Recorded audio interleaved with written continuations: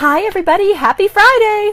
It's Dr. Bridget Young from babyformulaexpert.com coming to you live from Vail, Colorado. This is actually just the bedroom where I'm staying.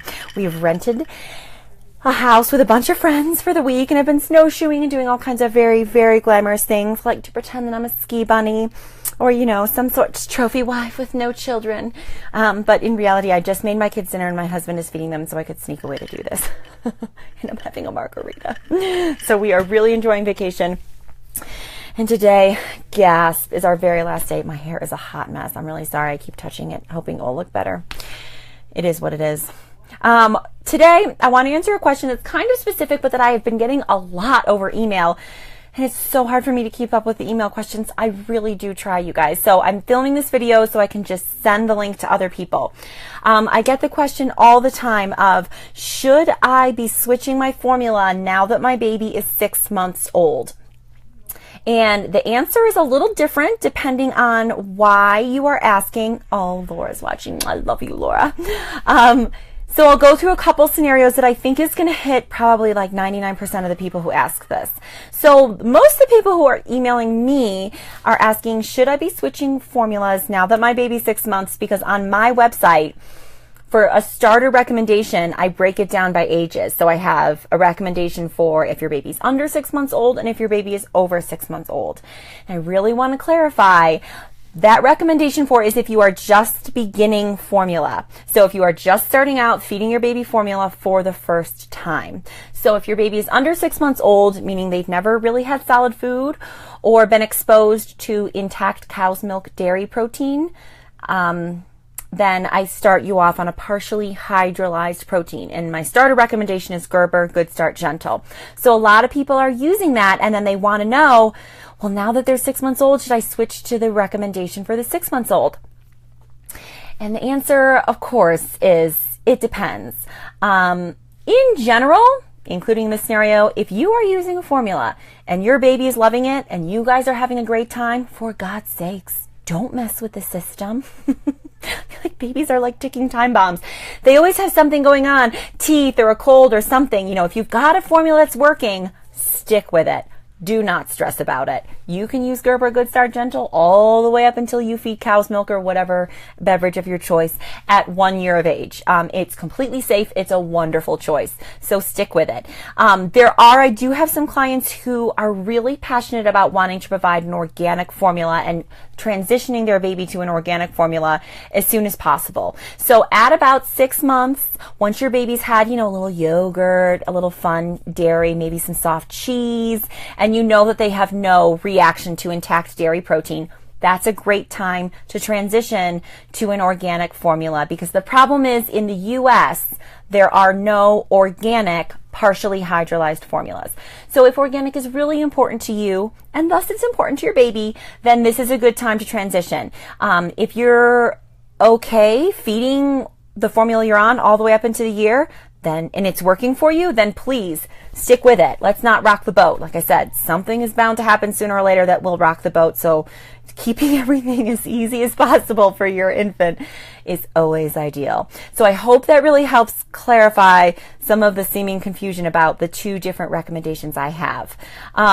The other question, or the other scenario that's very relevant to this question is, it's really common in the US now, but particularly in Europe, to have staged formula. So you're on some formula, and then within that same brand, at 6 months, there's also another formula. Even though the formula you are on says, you know, sufficient for babies from birth to a year. So that's very confusing. I do actually have an article all on my website about staged formulas and my opinion on it, but I'll try to break it down really quickly here.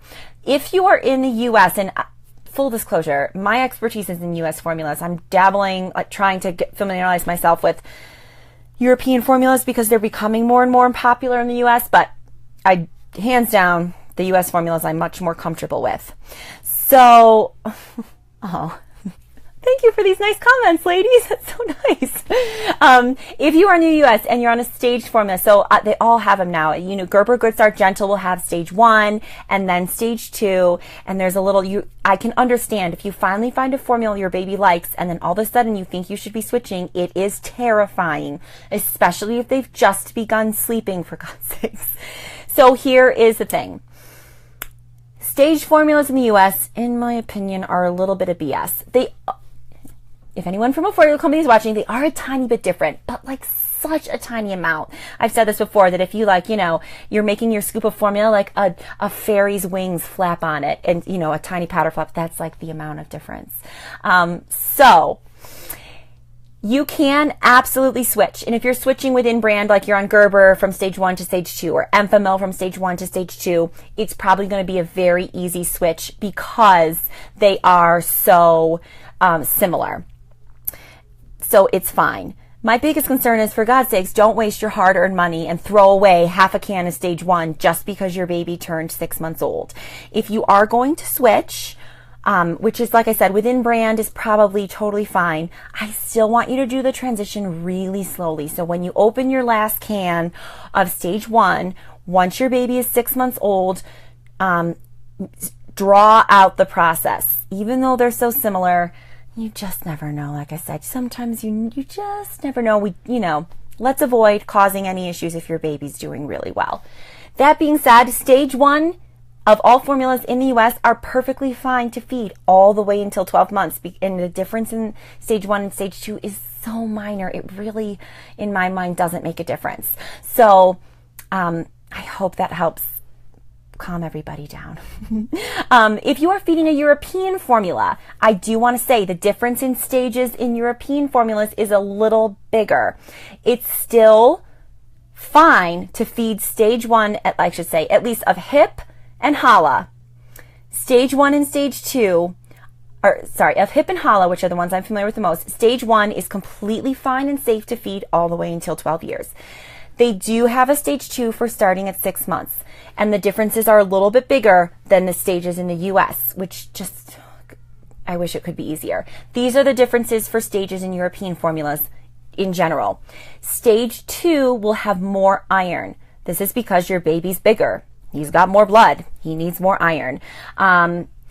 And breast milk has very low concentration of iron, and European formulas have very much lower concentrations than American formulas. So they kind of bump it up at stage 2 to make sure your bigger baby is getting enough iron.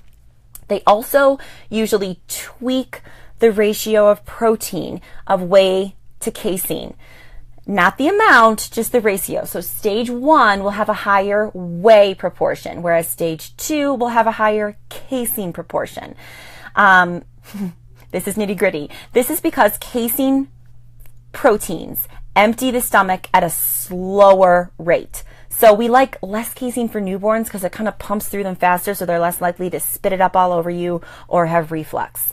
In stage 2, the European formulas up the casein protein ratio, basically so the baby feels fuller, has a better chance of feeling that satiety, that nice stomach stretching, like, oh, that feels so good at Thanksgiving, I'm full. The actual grams of protein are still the same. So either way, your baby's going to be getting enough protein to grow.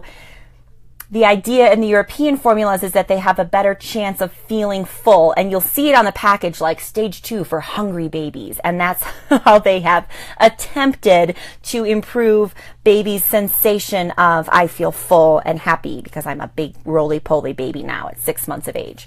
So if you're feeding a European formula, that is something to consider a little bit more, that maybe you may want a little more iron at stage 2, especially if you are not big on feeding iron-rich foods as solid food, and that's hard. Like if you're not going to feed meat till a year, it's something to consider.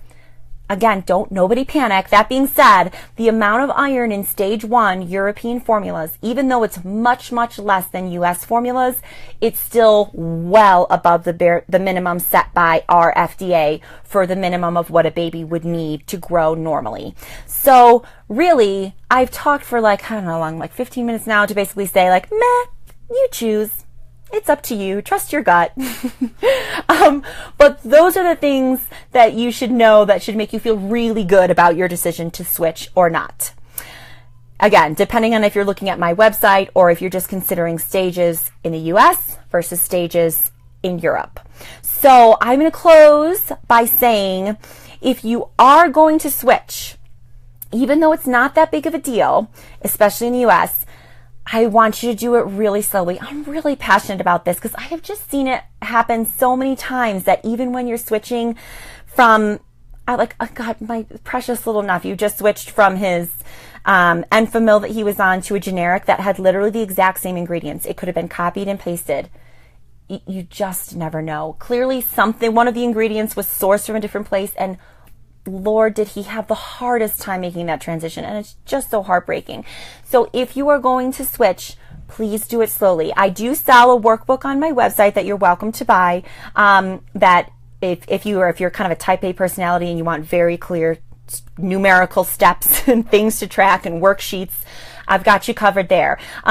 If you don't want to do that, that's fine. Just do it slowly, especially if you're switching from a European formula, because it is, I just looked up one, I believe it's HIP, goes from 0.6 to 0.9 milligrams per 100 mils. That's a 50% increase, and iron can be very constipating.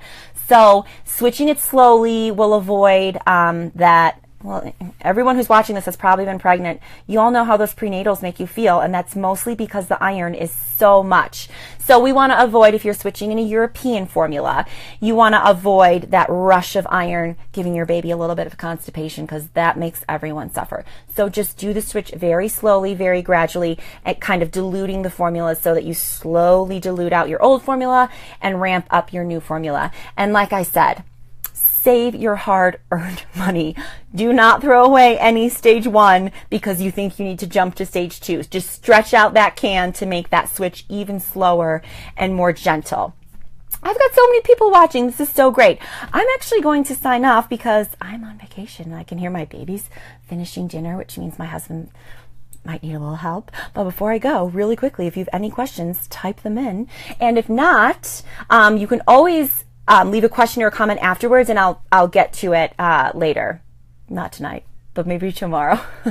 And you can send me a topic that you want me to cover on Happy Hour in some future week on Facebook or on the website. And please click the sign up on the Facebook page, and that will put you on my email list. So I will email you when I come out with new articles on the site, or when I have a particularly really useful happy hour that I think might help you. Okay, thanks so much, you guys. Thanks for the well wishes for my vacation. I'm going to go enjoy the night with the boys. We made brownies in the oven and they spilled everywhere. So we're going to go scrape them out of the pan and eat the crusty edges. They're super excited about it. Hashtag motherhood fail. Okay, I love you guys, and I'll see you next week. And thank you for joining me. Happy Friday. Take care, you guys. Bye.